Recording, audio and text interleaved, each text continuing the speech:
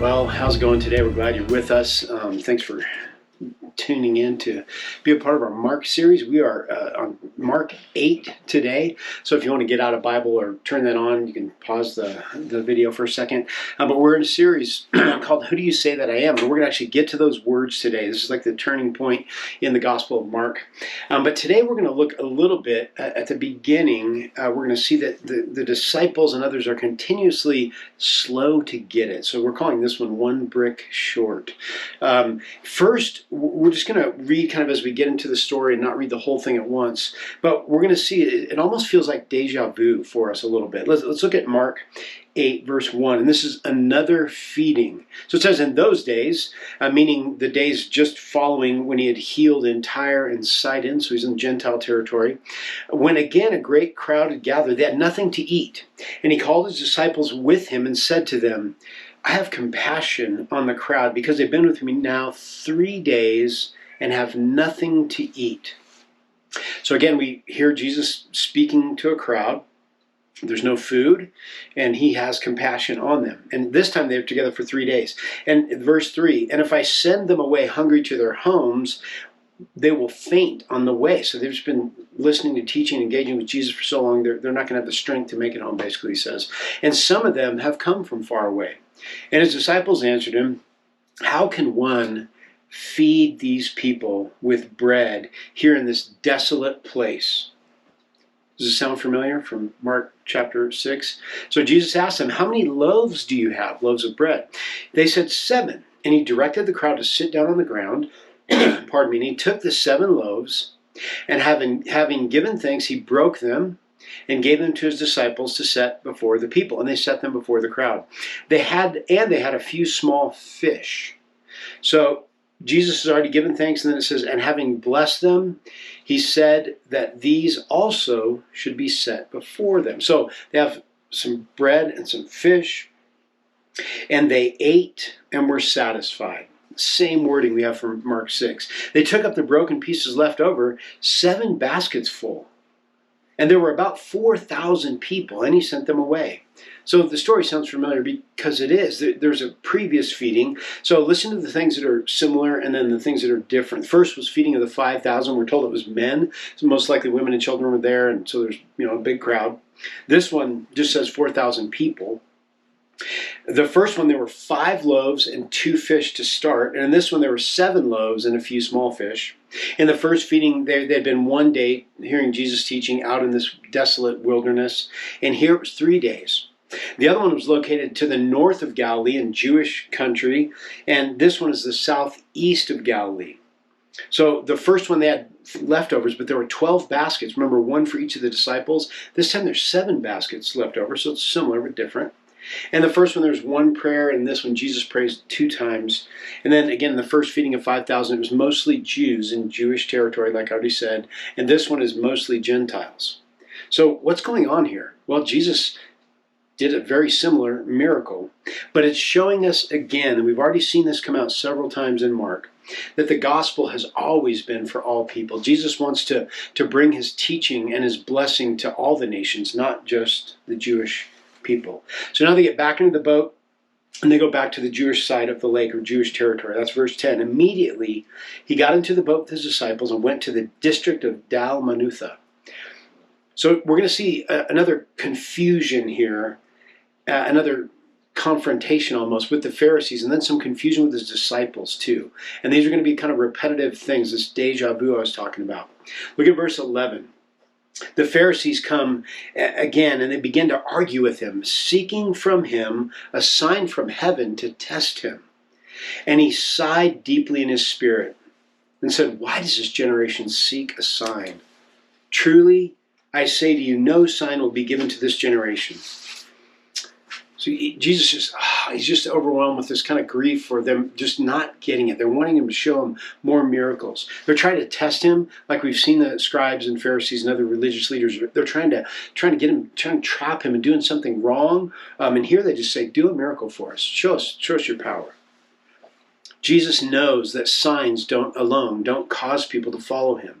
When an unbeliever demands a sign from God, they inevitably reject him and the sign.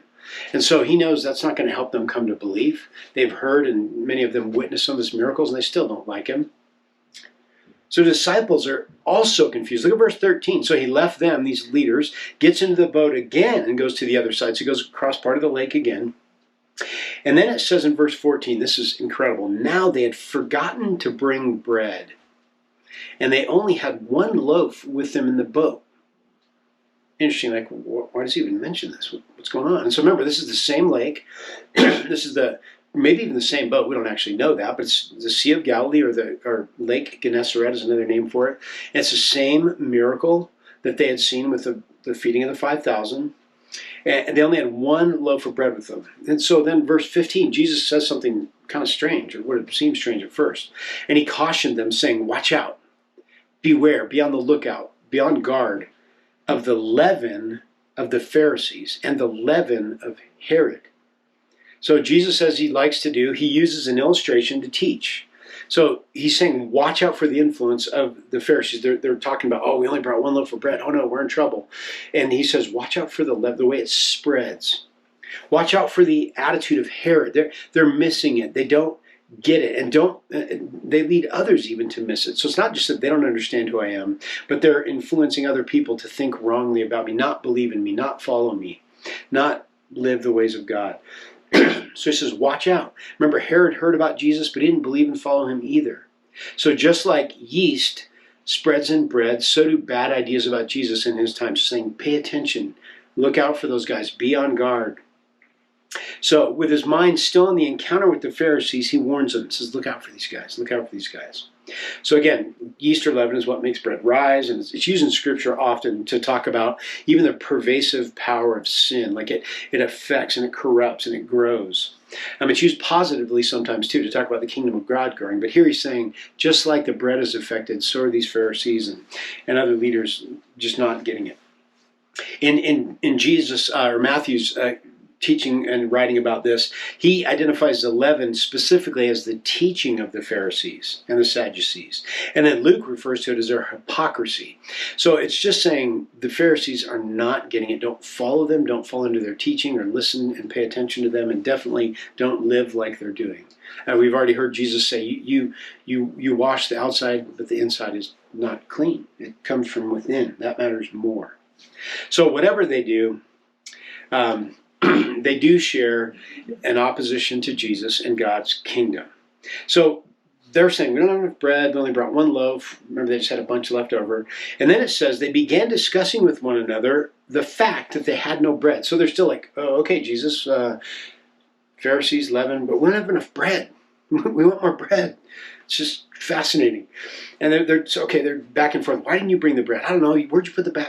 Whatever they're saying, they're arguing about the fact that they didn't have enough bread. So Jesus, aware of this, says, why are you discussing the fact that you have no bread? Do you not yet perceive or understand? Are your hearts hardened? Having eyes you don't see, having ears you don't hear, and do you not remember? Don't you remember the feeding of the 5,000 just not too long ago? So the disciples, I don't know if they just didn't get the little analogy he was talking about the leaven of the Pharisees and Herod, or maybe they weren't paying attention. They're still so focused on needing more bread. It's almost like there's like bread, like these little kids just obsessed with it. So we don't know. They're somehow confused by it, and they think, maybe they're getting angry with each other, and Jesus is maybe upset because they don't have enough bread. And Jesus starts quoting the Old Testament again to him, like, you're seeing this, but you're not seeing it. You're not perceiving. You're not understanding. You're not getting it yet.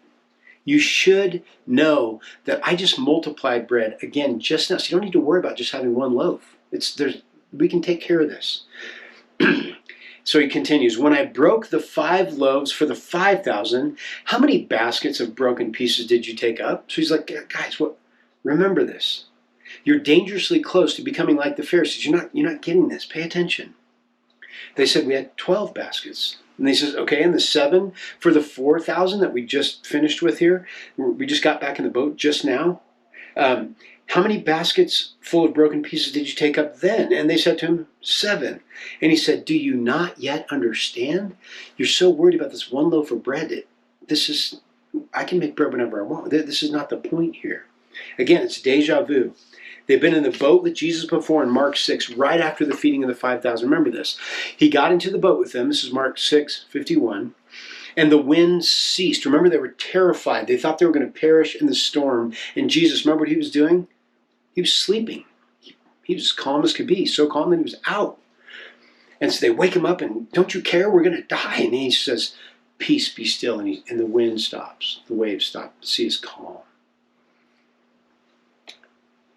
And then later, he gets in the boat with them after walking on water in this case, and the wind ceased, and they were utterly astounded, for they do not understand about the loaves. This is the first one was the first boat miracle where he's calming the storm. Second one, he's walking on the water, and then the storm calms. And then verse 52 said they did not understand about the loaves. They were utterly astounded, and their hearts were hardened. So we've talked about this along the way a little bit, and it's easy for us to kind of give the disciples a bad rap, like, what's wrong with them? Aren't they getting it yet? They've been in the boat now 3 times with Jesus, and the last 2 have been after this bread thing, and they're still worried about bread. What's their problem? We have the privilege of knowing the rest of the story, and so it's easy for us to look back and go, "Those morons!" But I'm pretty sure I would have been just like them, and you probably would have too. Jesus is slowly and steadily teaching his disciples and slowly revealing himself to them, and along the way just gently encouraging. Sometimes in this case, don't you get it yet? Pay attention. Being firm with him, saying, you need to hear what I'm saying. He's going to continue to steadily do that. And look at the next miracle. This is going to be a demonstration of what they've just been doing, like not really fully seeing yet. So Mark 8:22, they came to Bethsaida, and some people brought to him a blind man and begged him to touch him. So again, they're back to a town, and people see him coming. Jesus guy, let's take this guy and see if we can heal him. And he took the blind man by the hand, and he led him out of the village, so they go away from the crowd a little bit. And when he had spit on his eyes and laid his hands on him, he said to him, "Do you see anything?" So this is similar to a previous miracle work with the deaf and mute guy, where he spits, and there's like kind of a bizarre seeming thing, but he touches the ears of that guy because he couldn't hear. Do you see anything? And this is where this miracle is different. Look at verse 24. He looked up and said, "I see people, but they look like trees walking." So he's kind of partially seeing, like he's fully blind, and then now he sees kind of these shadows, it's kind of like a tree. Jesus laid his hands on his eyes again, and he opened his eyes, and his sight was restored, and he saw everything clearly. And he sent him to his home, saying, "Do not even enter the village." So again, Jesus saying, don't tell anybody. We've seen him do this over and over again. What's happening here? Does Jesus miss the mark? Like he didn't have enough power to heal him? Did he make a mistake and not say the right words? This would be really odd in a gospel where Mark has so clearly shown us Jesus' divine authority. Like he heals and casts out demons. He does whatever he wants. We don't have enough bread? I'm going to make more.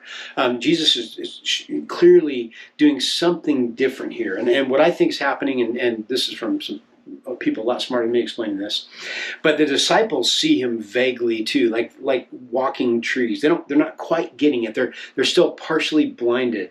So just as a blind man now sees people like trees, the disciples were like that. I think the healing in 2 stages is to emphasize the fact disciples you're getting closer. You're going to get it. You're slowly seeing, but you don't yet see the full picture.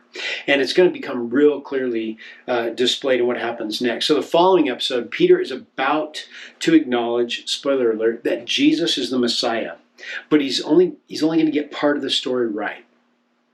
So he sees, but only partially, just like this blind man. So I think Jesus is just using this to symbolize that. It's really not until after the resurrection that they comprehend all the stuff Jesus was about to tell them. I mean, they look back and go, oh, that's what he meant. That's why he was teaching this. That's why this went down that way. So let's read this next part here. We're going to look at, again, what do you think about Jesus? This is the core question of Mark. Like, who do you say that I am? So verse 27, and Jesus went on with his disciples to the villages of Caesarea Philippi. So I want to stop there for a second because you can still go to this place. We're going to go November 2024. And I'll put up a couple pictures as we talk about this. It's about 25 miles north of the Sea of Galilee. And this had been the center of worship for Baal way back in the day before Jesus' time. Then the Greek god Pan, and then of Caesar. That's why it's called Caesarea Philippi. So this was an important Greco-Roman city, and there's pagan and Syrian and Greek population. So it had been, the name had recently been changed from Paneas, that was the worship of Pan, and it was changed by Philip the Tetrarch. And this is one of Herod the Great's sons, Herod's half-brother, the Herod that we're talking about here in this book. And it was honor of himself, Philip, and then Caesar Augustus. So here's some pictures. You can go there and you can see the carve out in the rock where they had the statue for the god Pan, and then they had all these temples and places to worship these various pagan gods. And it's very interesting to go there now because this is the place where this discussion happens. And excavations at the site have shown coins that are minted to depict the temple that was built there to honor Augustus Caesar. So there's ruins of the temple, and you can go see this. And again, if you want to come with us in next November, not this one, but the next one, we're going to go check it out. There's shrines and there's these cult niches carved in the rock still where you can see where they placed the idols and had their rituals. And there's some pretty bizarre things that went on there involving goat sacrifice. I won't get into all that, but the god Pan had just some bizarre rituals.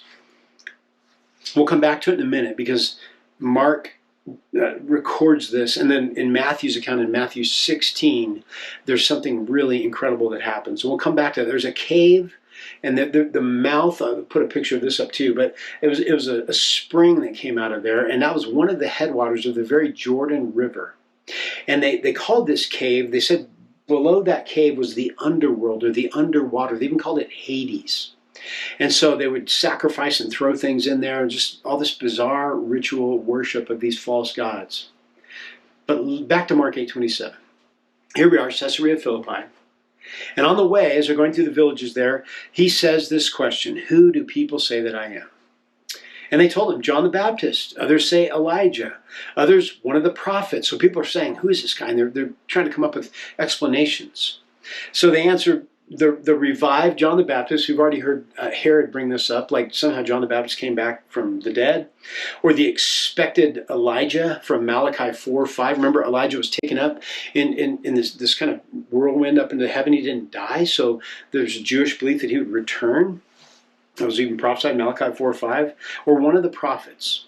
So the second opinion about Elijah, this was widespread expectation in Judaism. You can read Malachi 3, Malachi 4, and again, he was caught up in 2 Kings 2:11, so he was going to return at the end of time.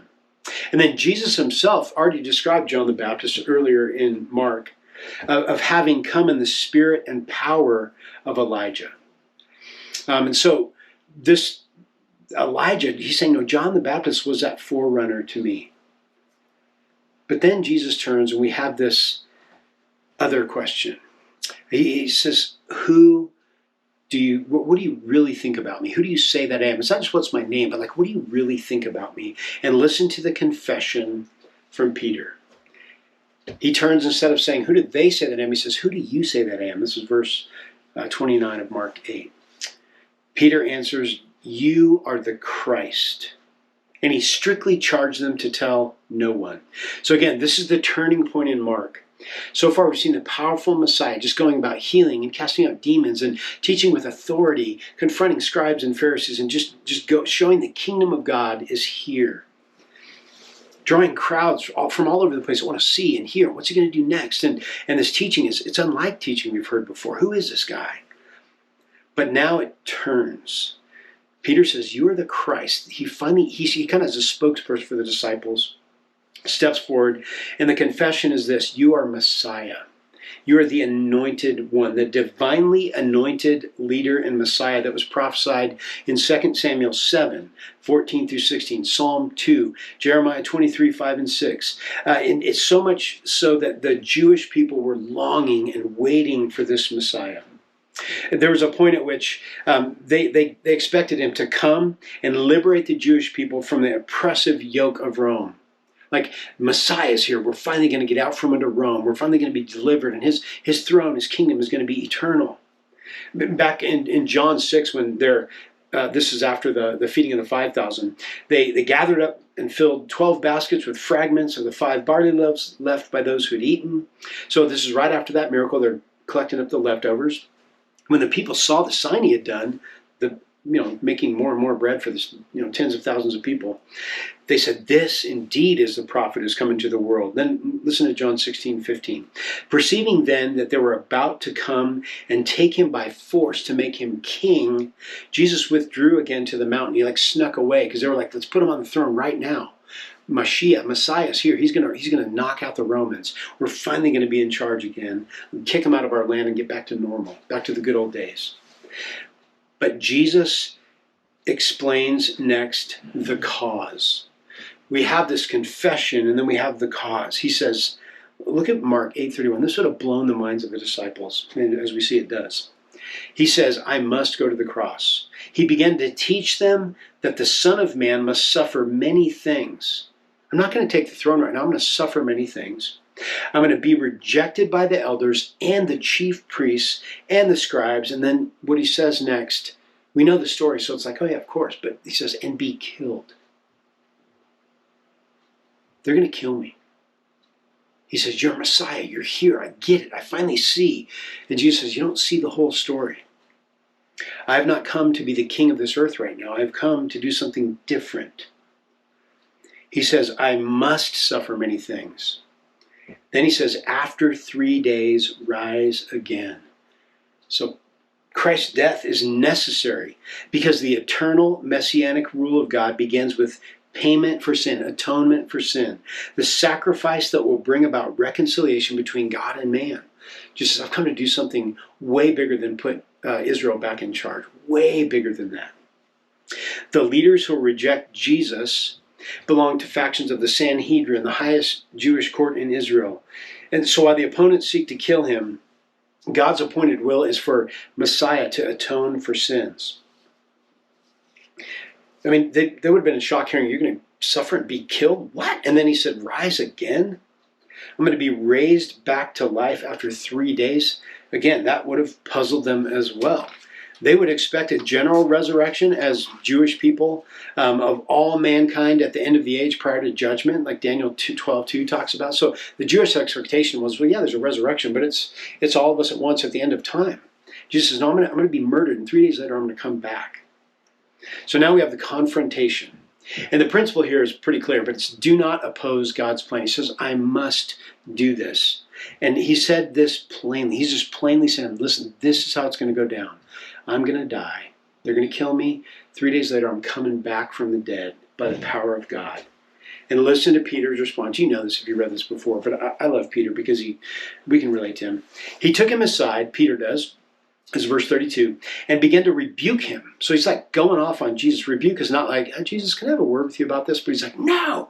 And he says, basically, may it never be. We're not going to let this happen. There's no way it's going down like this. And Jesus turns and sees his disciples, and he rebukes Peter, and he says, you remember this, get behind me, Satan. You're like, oh boy.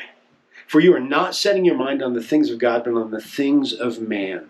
Jesus says, just stop talking. You're representing the ideology of Satan. You're not talking about the things of God. You're not seeing this from God's perspective, but you're getting it wrong, basically. Next, Jesus calls the crowd to join him and his disciples. He's going to teach them more about what all this means. But imagine being Peter, like standing up for the disciples. No, we're here for you. We'll protect you. And he says, stop. That's not God's plan. I'm here to accomplish something much greater than what you have any idea about. So we're going to look to finish it up. What do you do about Jesus? Not just what do you think about him, like, the way you conceive who he is, but what do you do with that? We're going to see the call and the cost to finish it up today. So Jesus is going to start to talk about discipleship here and explain to his disciples, and he calls other followers to him. Calling the crowd to him, verse 34, with his disciples, he says, if anyone would come after me, let him deny himself. Let's stop right there. Deny himself. So the first thing is you have to realize that you are powerless. The fate of the entire world is fixed without Jesus coming in and doing something about it. And that's never-ending punishment and separation from God and all that is good. It's called hell. Without Jesus, we're all destined for the same place. And again, this is to the crowd and his disciples saying, listen, come after me. If you want to come after me, if you want to be my follower, deny yourself. This word could be translated disown, refuse to associate with. It's an interesting thing to say about yourself. So like disassociate, that's like I'm sick of me. It's not like this weird negative self attitude or whatever, but it's abandoning any thought of your success. Basically, you're powerless to save yourself. You cannot work your way to God. Jesus said, blessed are the poor in spirit, for theirs is the kingdom of heaven. That's spiritually bankrupt. On my own, I have nothing to offer. I can't do anything about it. I have to deny my own efforts and power and strength and realize I'm in trouble. Like, I desperately need help. You're not enough. I'm not enough. So that's the first thing, deny yourself. But then he says, take up your cross. You remember this. And then Luke, in Luke 9:23, adds daily. So take up your cross daily. This is trust Christ to save you. Or you could say it this way, have no future plans. What was someone carrying a cross? What was about to happen to them? Well, they didn't have future plans. They were about to die. This isn't a literal thing that you come to Jesus and you have to kill yourself or end your, that's ridiculous. But it's trusting in him, knowing this crude instrument of torture that always leads to one thing. And imagine just not too many days from now, Jesus is going to be on that cross, and all this crowd and his disciples especially they're going to see this. Trust Christ to save you. Go to the cross. Think of the cross as all that it means, that Christ dies as your substitute. Become his child. Only God can save you through Jesus. In John 14:6, Jesus said, I am the way, the truth, and the life. No one comes to the Father except through me. What Jesus is doing, he's on a rescue mission. Colossians 1:13, he rescued us from the domain of darkness and transferred us into the kingdom of his beloved Son. So Jesus is saying, take up your cross daily. Realize that your plans are now mine. You're coming a different way. You're going somewhere else. And he's going to explain what that means about the cross itself in a minute. So, realize you're powerless, deny yourself, trust Christ to save you, take up your cross. And the last one here is change your allegiance. He says, and follow me. We've already seen him do this in calling his disciples. He said, drop those nets, stop collecting taxes, come with me. And they just go, and they start ministering and learning from and serving with Jesus. So becoming a Christian isn't just adding Jesus into your life. You tack it on like like you buy a new car or something, or you've got a new hobby, or Jesus is saying this, your allegiance is different. If anyone is in Christ, 2 Corinthians 5:17 says, he is a new creature. The old things have passed away. Behold, new things have come. I don't know if you remember old slogan or bumper stickers, probably on t-shirts and mugs and whatever. And it would say things like, God is my co-pilot. And I think part of Jesus' message is, no, he's not your co-pilot. Either he's driving or flying or whatever you're talking about, or he's not coming. Jesus doesn't want to just be an accessory to your life. So we have to understand that Jesus' call is just deny yourself, take up your cross, and let's go. It's going to be a new direction for your life, a new purpose. It's a radical shift in thinking. And Mark continues to record Jesus' words as he goes into this even further. Look at verse 35. He says, because whoever would save his life will lose it. But whoever loses his life for my sake and the gospel's will save it. So this is like realizing the cost and the reward. He's saying, listen, the world says life is about this, whether that's money or family or fame or fortune or whatever. But he says, listen, I'm telling you, your life is meant for so much more than that. Your life is meant for me. When he says loses his life for my sake, that means just surrenders it to his cause and purpose and his glory. And he says, and the gospel. So that's his mission. When he says, come follow me, we're doing something new here. We're on a different mission. So you have to realize that cost and the reward. If you really want to gain, do what Jesus called you to do. And then he says, you have to realize what's truly important. What does it profit a man to gain the whole world and forfeit his soul? Think about it. If I live all my life and I look back upon it and I say, man, I had a really nice house, and my kids were great, and my grandkids or whatever, and I did some really neat things, and I had a great career, and my retirement was huge, and I got to do whatever I wanted, and I look back and that's all I have, then that's a wasted life. That's a life lived for what? There's nothing wrong with retirement and family and all. That's great. Houses are great. But if I gain everything in the world and my soul is not God's, then what am I even doing? It's a radical shift in thinking, but it actually really makes sense. See, if Jesus has come to bring life and purpose to you, why would you live for anything else? It's a squander. It's a waste. What are we doing? And he kind of finishes by saying, remember, you have one life. You kind of have one shot at this. Not like in this very second, but your life is going to go quickly. Listen to verse 38. It's the last verse for today. For whoever is ashamed of me and my words in this adulterous and sinful generation, just in the world we're in now, of him will the Son of Man also be ashamed when he comes in the glory of his Father. Like, well, that's kind of a pretty radical thing to say, but he's saying, listen, follow me, and you will not regret it. See, Jesus is going to come back to judge the earth, and he's not going to come as a suffering servant when he returns. He's going to come as the reigning king. And the Bible describes this judgment where on the right and the left are those who have chosen to follow him and those who have chosen to reject him. And he's going to give the kingdom, the new heavens and the new earth, to those that have chosen to follow him. And the rest, he's going to send off to eternal punishment because they've said, I don't want anything to do with you. He said, I'm going to give you what you want. He will not be ashamed when he comes in the glory of his Father. And this is like a somber but super, I think, incredible reminder that Jesus is coming back. And when he comes, he's going to bring the new heavens and the new earth. And as we've already talked about in this series, he's going to reverse the curse of the fall of sin, disease. Death itself will be thrown away forever. And this is why we should live for Jesus. This is why he says, who do you say that I am? This is the most important question you can wrestle with in your life. What do you say about Jesus or think about him? And then what do you do about it? Respond to him today. If you're a believer, respond in rejoicing.